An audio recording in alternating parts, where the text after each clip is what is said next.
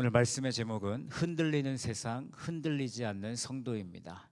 우리 다 같이 교회 비전을 선포하도록 합니다. 시작. 월드 사역으로 예수님의 명령에 충성하여 생명의 면류관을 받는 교회. 아멘.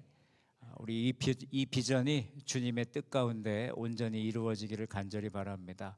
월드 사역은 새로운 사역이 아니라 우리가 기존에 해오던 사역입니다. 단지 이름을 바꿔서 월드라는 단어를 붙이게 되었고요. 또 이 사역은 교회의 5가지 기능을 말하는 것입니다. 그렇기 때문에 우리가 이미 감당하고 있기 때문에 우리가 부담이 아니라 기대함으로 2026년도 이 비전을 가지고 우리가 앞으로 이 하나님의 사역을 온전히 감당하는 우리 모든 성도들, 그리고 모든 우리 교회가 되기를 간절히 소망합니다. 연말이 되면 마음이 복잡해집니다. 한 해 동안 수고한 만큼 감사도 있고 기쁨도 있고 아쉬움도 있지만 때로는 서운함도 있고 후회도 남습니다. 이 시기에는 특별히 사람들의 말이 더 크게 들려오는 것 같습니다. 어떤 말은 우리의 마음을 참 따뜻하게도 하지만 어떤 말은 우리의 마음을 힘들게 하죠. 그리고 마음이 약해져 있을 때 작은 말 한마디에도 흔들리며 이런 생각이 우리를 지배하게 됩니다. 내가 정말 잘하고 있는 게 맞나? 이 길이 정말 맞는 길일까? 내가 계속 이 사역을 감당해야 되는 것일까? 하지만 우리는 잘 알고 있습니다. 사람의 말이 우리를 세우는 것이 아니라, 환경이 우리를 붙드는 것이 아니라, 사람의 평가가 우리의 가치를 결정하지 않는다라는 것이죠. 신앙은 언제나 말씀 위에 세워져야 되고 진리 위에 세워져야 되며 하나님의 부르심 위에 세워져야만 됩니다. 하나님께 붙들림 받은 사람은 세상이 흔들려도 그 중심을 잃어버리지 않습니다. 결국 중요한 것은 무엇인가? 내가 무엇을 붙들고 있는가? 내가 무엇을 듣는가가 아니라 내가 무엇을 붙들고 이 자리에 있는가입니다. 오늘 11월 마지막 주일을 맞이하는 우리 모든 서머나 성도님들께 지금 우리에게 가장 필요한 것은 무엇일까를 생각해 봤는데 바로 그것은 변함없는 신앙입니다. 무슨 일이 있어도 변함없는 신앙을 지키는 우리 서머나 성도들이 되시기를 간절히 축원합니다. 오늘 저는 변함없는 신앙을 지키기 위해 성경이 말하는 3가지 신앙의 자세를 여러분들과 함께 나누려고 합니다. 첫 번째, 결실한 신앙이 우리에게 필요합니다. 고린도전서 15장 58절 상반절에서 바울은 오늘 이렇게 말하고 있죠. 그러므로 내 사랑하는 형제들아 견실하며. 여기서 견실하다라는 말은 단순히 마음이 굳건해져라라는 그런 의미를 넘어서 흔들릴 수 없을 만큼 단단한 기초, 그리고 움직이지 않도록 깊이 뿌리 내린 기반을 뜻하는 것입니다. 즉 바울이 말하는 견실한 신앙이란 말씀의 진리 위에 확실하게 세워지는 신앙을 의미하는 것입니다.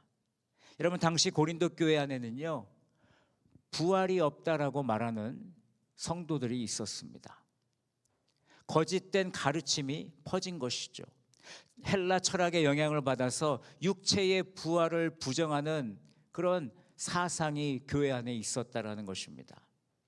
이 사상은요, 교회의 기초를 무너뜨리는 것이었습니다. 예수님의 부활, 그리고 죄사함, 구원, 영원한 소망까지 모든 것이 흔들리게 되었습니다. 그래서 바울은 오늘 복음의 핵심을 다시 선명하게 세워주고 있습니다. 예수님의 부활은 역사적인 사실이고 성경적인 사실이라는 것을 강조하죠. 성경대로 정말 예수님은 부활하셨고 500명 이상이 동시에 그것을 목격했다라는 것을 증거해주고 있습니다. 그리고 그 그리스도의 부활은 성도의 부활의 보증이다라는 것을 설명했습니다. 예수님은 잠자는 자들의 첫 열매가 되셨다. 그리고 마지막 날 성도들도 반드시 부활할 것을 증거했습니다. 썩을 것이 썩지 아니함을 입고 영광스러운 몸으로 변화될 것을 바울은 선포했습니다. 바울은 부활 교리를 복음의 중심에 다시 세움으로 교회와 성도의 신앙의 기초를 바로 잡아 주었습니다. 여러분, 견실한 신앙은 폭풍이 와도 시간이 지나도 무너지지 않습니다. 그래서 바울은 가장 먼저 견실하라고 명령한 것입니다. 여러분, 기초가 약하면요, 어떤 시험도 이길 수 없는 것입니다. 이 진리는 다윗과 골리앗의 이야기에서도 분명히 드러나죠. 여러분, 사람들이 보기에는 골리앗이 당연히 승리할 것으로 생각합니다. 왜냐하면 그가 승리의 조건을 모두 갖추고 있기 때문입니다. 검도 있죠, 갑옷도 입었죠, 또 전쟁에 능했기 때문에 사람들은 그가 당연히 이길 것으로 생각했습니다. 반대로 다윗에게는 그 어떤 것도 없었습니다. 그러나 승부는 이미 전쟁이 시작되기 전에 정해져 있었습니다. 왜냐하면 환경이 아니라 신앙의 기초가 승부를 결정했기 때문입니다. 다윗의 기초는요, 어디에 있었습니까? 하나님에게 있었습니다. 다윗의 기초는 하나님의 말씀 위에 있었다라는 것이죠. 그래서 다윗은 오늘 이렇게 선포합니다. 사무엘상 17장 45절에 보시면 너는 칼과 창과 단창으로 내게 나오지만 나는 만군의 여호와의 이름으로, 하나님의 이름으로 너에게 나아간다라고 말씀합니다. 여러분, 다윗의 승리는 돌을 던진 그 순간에 이루어진 것이 아니라 이미 신앙의 기초를 하나님께 두은 그 순간, 그 승부는 이미 끝이 난 것입니다. 환경의 크기가 승부를 결정하는 것이 아닙니다. 사람이 어떤 말을 하느냐가 결과를 만드는 것도 아니고요, 신앙의 기초가 어디에 놓여 있느냐에 따라서 결과가 결정이 된다라는 것입니다. 여러분, 집을 지을 때 가장 중요한 것이 무엇입니까? 기초가 중요하죠. 기초가. 여러분, 신앙도 마찬가지입니다. 기초가 모든 것을 결정하게 됩니다.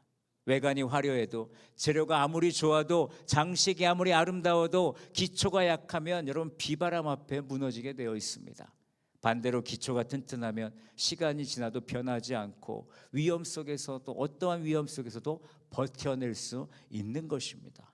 오늘 우리는 이렇게 스스로에게 물어봐야 됩니다. 나는 신앙의 기초를 어디에 세우고 있는가? 여러분은 신앙의 기초를 어디에 세우고 있습니까? 감정입니까? 사람의 인정입니까? 상황의 안정감에 두고 있습니까? 아니면 하나님과 말씀에 두고 계십니까? 하나님과 말씀 위에 기초를 세운 성도는 시험이 와도, 실패가 와도, 사람의 평가가 있어도, 상황이 바뀌어도 무너지지 않는 줄로 믿습니다. 변함없는 신앙은 견실함이라는 기초에서 시작이 됩니다. 오늘 그 기초가 우리 서머나 교회 공동체 안에 다시 세워지기를 예수님의 이름으로 간절히 축원합니다. 두 번째, 흔들리지 않는 신앙이 우리에게 필요합니다.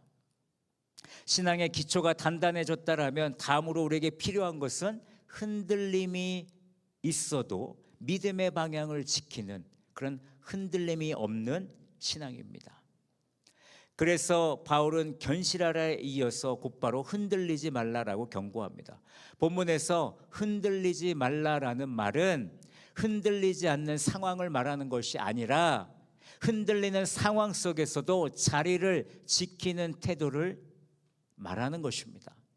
여러분, 압박이 있어도 방향을 바꾸지 않고 상황이 요동해도 목적에서 벗어나지 않는 삶, 즉 흔들림 속에서도 나의 시선을 하나님께 두고 나의 사명에 고정하는 그 신앙을 말하는 것입니다. 고린도 교회 안에서 거짓 가르침이 퍼졌고 사람의 의견이 진리보다 더 크게 들렸습니다. 다른 사람의 판단과 분위기에 따라서 신앙이 흔들리기 시작했습니다. 앞서 나눴듯이 부활은 없다라는 말이 교회 전체를 흔들었습니다.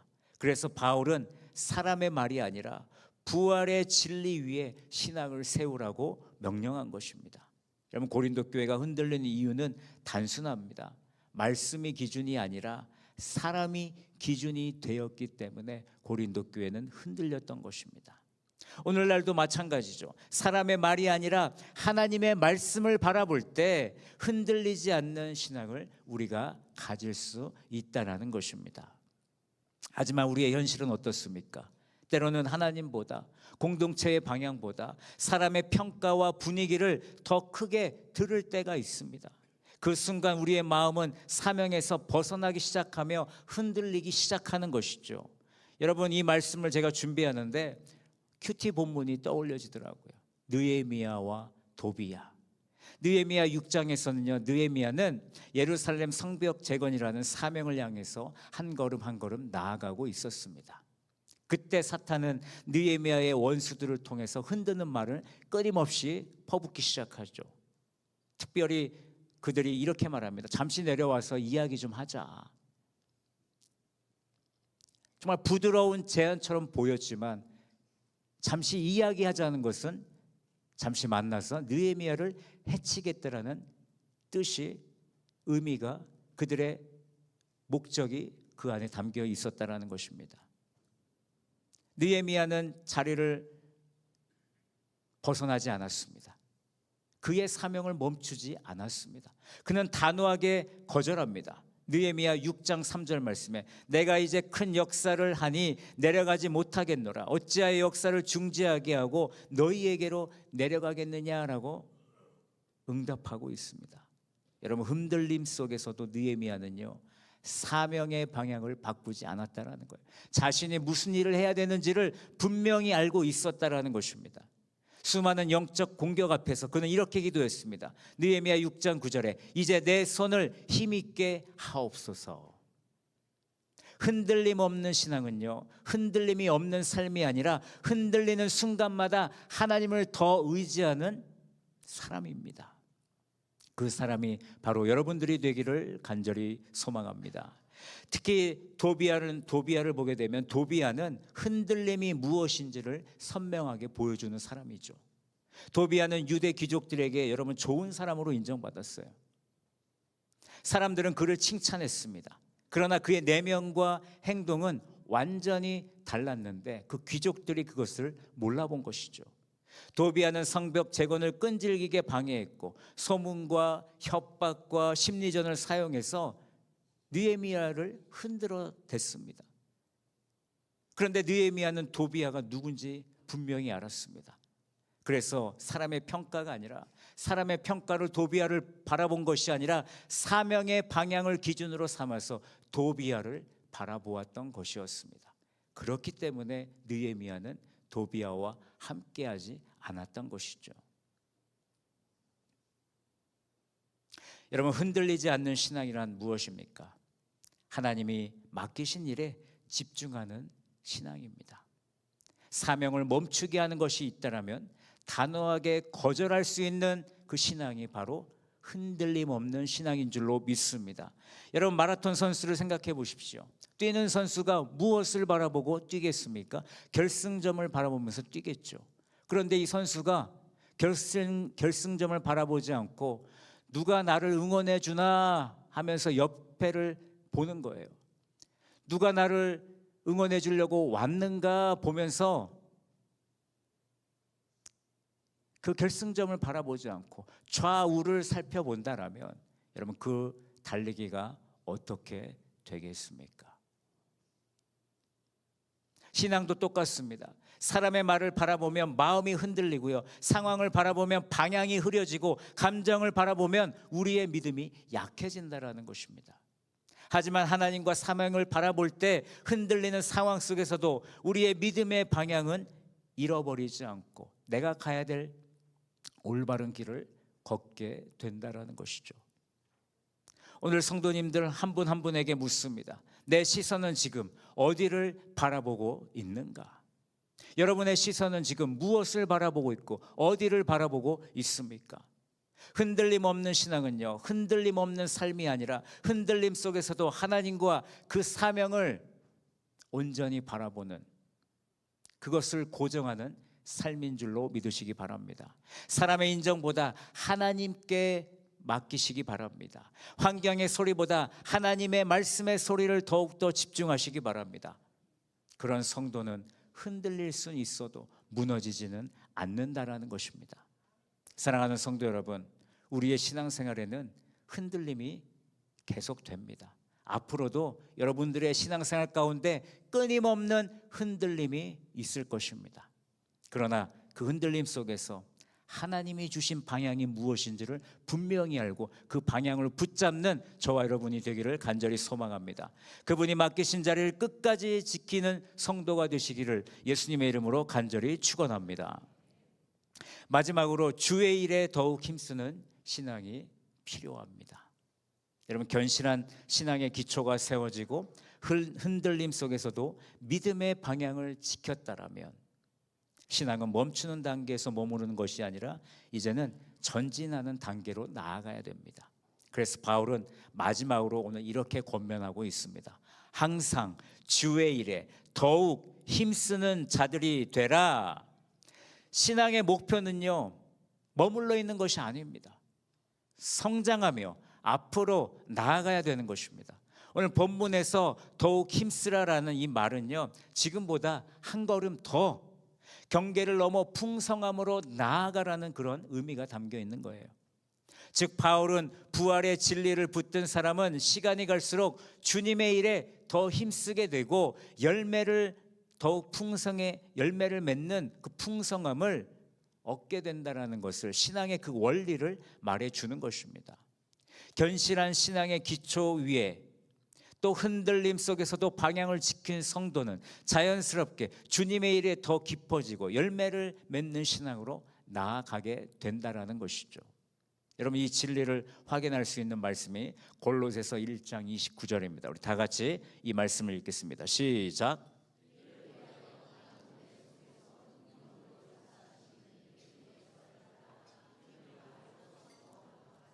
아멘. 바울의 헌신은요, 자기가 스스로 만들어낸 억지의 헌신이 아니었습니다. 하나님께서 주시는 능력에 대한 감사의 반응이었습니다. 주를 위해 더욱 힘쓴다는 것은 은혜가 클수록 헌신이 흘러넘치는 삶이라는 것이죠. 여러분, 이 신앙의 모습을 우리는 바나바의 삶에서 찾아볼 수가 있습니다. 여러분, 예루살렘 교회가 성령의 임재와 또 많은 이들이 주님께 돌아오면서 대예배와 또 소그룹으로 이루어지면서 예루살렘 교회가 부흥의 시기를 맞이하게 됩니다. 사역이 넘쳐나고 일손이 부족했습니다. 바나바는 도와주면 좋겠다라고 말만 한 것이 아니라 안디옥으로 가서 성도들을 돕고 제자들을 세우고 교회를 건강하게 세우는 일에 온전히 헌신하게 됩니다. 사람들은 부흥의 소식을 들었지만 바나바는요, 부흥의 현장으로 달려간 사람입니다. 그리고 그는 다소에 있던 바울을 찾아서 안디옥으로 데려와서 그를 세워주기까지 합니다. 그리고 그와 함께 하나님의 일을 감당하게 되죠. 하나님이 하시는 일을 바라보는 사람은요, 하나님의 일을 멈추지 않고 더 힘쓰는 삶으로 나아가게 되게 됩니다. 신앙의 헌신은 여러분 계절을 타지 않는데 우리의 신앙의 헌신은 계절을 타고 있지는 않은지 우리 스스로 돌아봤으면 좋겠습니다. 우리는 형편이 좋을 때만 섬기기를 원하죠. 헌신하기를 원합니다. 내가 시간이 있을 때만 헌신하기를 원하는 우리의 모습이 있지는 않은지요. 우리의 마음은 어떠한 상황에서도 늘 주님께 헌신할 수 있는 마음으로 나아가야 됩니다. 하나님이 맡기신 자리에서 조금 더, 한 걸음 더, 한 번 더 주님께 드리는 여러분의 헌신이 되기를 간절히 소망합니다. 바울은 이 헌신의 이유를 오늘 본문 마지막에서 분명히 말씀해 주고 있습니다. 우리 이 본문 말씀을 함께 읽습니다. 시작. 너희 수고가 주 안에서 헛되지 않은 줄 알미라. 아멘. 우리는 일을 하지만 열매를 만드시는 분은 누구십니까? 하나님이십니다. 우리는 헌신하지만 수고를 기억하시는 분은 누구십니까? 하나님이십니다. 그래서 주님을 위해 드린 헌신은 결코 헛된 헌신이 되지 않는다라는 것이죠. 주의 일에 더욱 힘쓴다는 것은 여러분, 우리가 직분이 있어야만 가능한 것이 아닙니다. 시간이 많아야 가능한 것도 아닙니다. 여러분, 사랑이 있으면, 하나님을 향한 사랑이 있으면, 교회를 향한 사랑이 있으면, 성도를 향한 사랑이 있으면 우리는 주님의 일에 더욱 힘쓰게 되는 줄로 믿습니다. 여러분, 헌신이 부담이 아닙니다. 헌신은 감사가 될 때 성도는 더욱 힘쓸 수 있습니다. 그러므로 주님의 일에 더욱 힘쓰는 신앙은 감사 때문에 움직이는 것이고, 사랑 때문에 움직이는 것이고, 하나님과 복음 때문에 스스로 움직이는 신앙이 되는 것입니다. 사랑하는 성도 여러분, 우리의 수고는요, 주 안에서 절대로 헛되지 않음을 믿으시기 바랍니다. 하나님이 맡기신 자리에서 한 걸음 더 내딛는 여러분들의 헌신 위에 주님의 은혜와 능력이 더욱 풍성하게 임하기를 간절히 축복합니다. 오늘 말씀을 정리하도록 하겠습니다. 사랑하는 성도 여러분, 오늘 우리는 흔들리는 세상 속에서 변함없는 신앙을 위한 세 가지 자세를 함께 나누었습니다. 첫 번째, 견실하고 신앙의 기초를 견고히 세우는 것입니다. 두 번째, 흔들리지 않고, 흔들림 속에서도 내가 바라봐야 될 하나님과 내가 굳건히 붙잡고 가야 될 그 사명을 바라봐야 된다는 것입니다. 붙들어야 된다는 것이죠. 그리고 주의 일에 더욱 힘쓰는 신앙, 주님이 맡기신 자리에서 한 걸음 더 힘쓰는 이 변함없는 신앙으로 나아갈 때 우리 교회가, 우리 성도가 더욱더 건강해질 줄로 믿습니다. 우리의 삶에는 언제나 바람이 불게 되어 있습니다. 환경은 바뀌고 사람의 말은 계속해서 들리고 우리의 마음도 약해질 때가 있습니다. 그러나 신앙은 바람이 없어서 지켜지는 것이 아니라 바람이 부어도 내가 무엇을 붙들고 있느냐로 지켜지는 것입니다.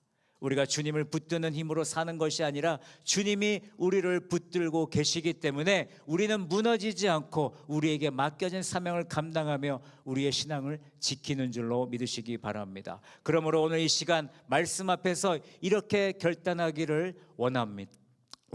우리 다 같이 결단을 선포하겠습니다. 시작. 상황보다 하나님의 일하심을 바라보며 살겠습니다. 아멘. 여러분, 이 결단은 우리 이 한 해를 지키는 힘이 될 것이고 또 내년을 준비하는 힘이 될 줄로 믿습니다. 가정을 세우는 힘이 될 것이고요, 사명을 이루는 힘이 될 것이고, 그리고 우리 교회를 더욱더 건강하게 세우는 힘이 될 줄로 믿습니다. 사랑하는 서머나 성도 여러분, 하나님이 맡기신 자리에서 한 걸음 더 나아가는 우리 모두가 되기를 원합니다. 주님은 여러분의 작은 순종 하나도 잊지 않으시는 줄로 믿습니다. 그리고 그 헌신은 결코 헛되지 않음을 믿으시며 흔들리는 세상 속에서 흔들리지 않는 성도로 당당하게 살아가시는 저와 여러분들이 되시기를 예수님의 이름으로 간절히 축원합니다.